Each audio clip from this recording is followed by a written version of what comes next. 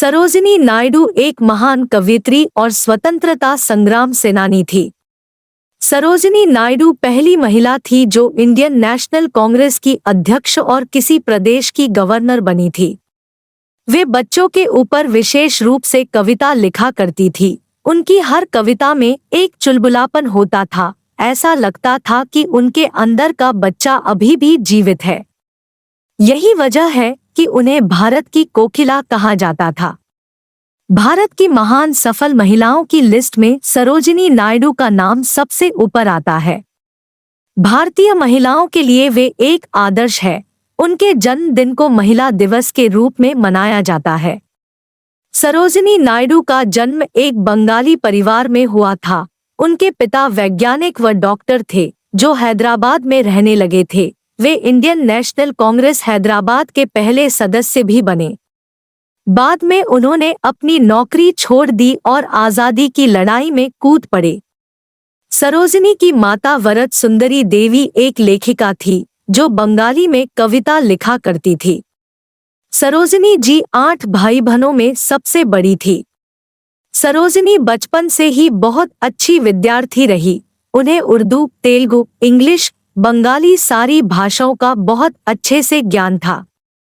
12 साल की उम्र में सरोजिनी जी ने मद्रास यूनिवर्सिटी में मैट्रिक की। उनकी रुचि कविता लिखने में थी। इसके बाद वे आगे की पढ़ाई के लिए लंदन के किंग कॉलेज चली गई।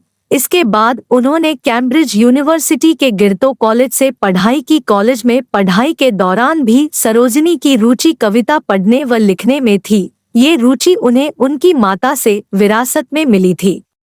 कॉलेज की पढ़ाई के दौरान सरोजिनी की मुलाकात डॉ गोविंद राजुलू नायडू से हुई। कॉलेज के खत्म होने तक दोनों एक दूसरे के करीब आ चुके थे।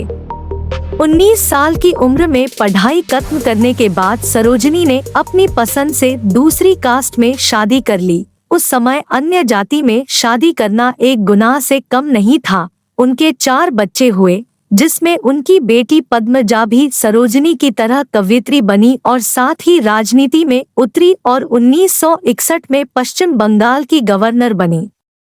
एक दिन सरोजिनी गोपाल कृष्ण गोखले से मिली। उन्होंने सरोजिनी को कहा कि वे अपनी कविताओं में क्रांतिकारीपन लाएं और सुंदर शब्दों से स्वतंत्रता की लड़ाई में साथ देने के लिए छोटे छोटे गांव के लोगों को प्रोत्साहित करें।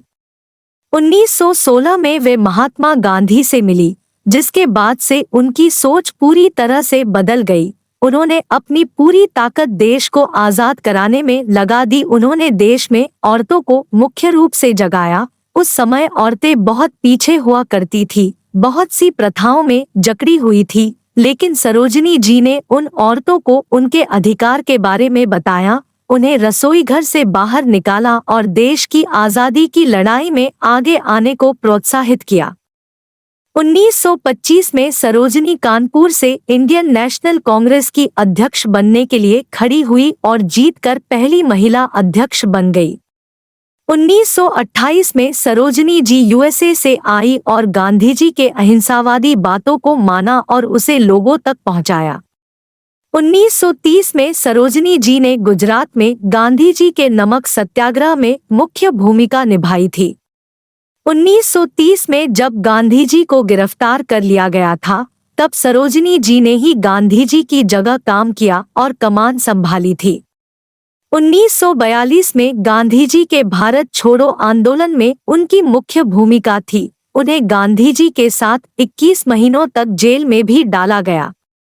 सरोजिनी नायडू पहली महिला थी जो कि इंडियन नेशनल कांग्रेस की अध्यक्ष और किसी राज्य की राज्यपाल बनी थी।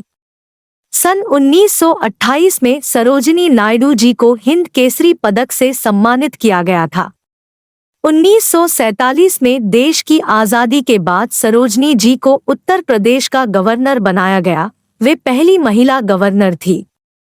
2 मार्च 1949 को ऑफिस में काम करते हुए उन्हें हार्ट अटैक आया और वे चल बसी।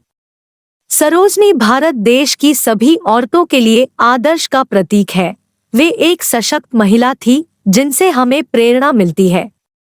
सरोजिनी नायडू जी ने स्वतंत्रता संग्राम सेनानी के रूप में महिलाओं एवं बच्चों के लिए बेहद अहम कार्य किए थे। यही वजह है कि उनका नाम उस दौरान काफी चर्चित रहा था। उनके जन्मदिवस के दिन को महिला दिवस के रूप में मनाया जाता है। यह दिन आज भी लोग महिलाओं को समर्पित कर मनाते हैं।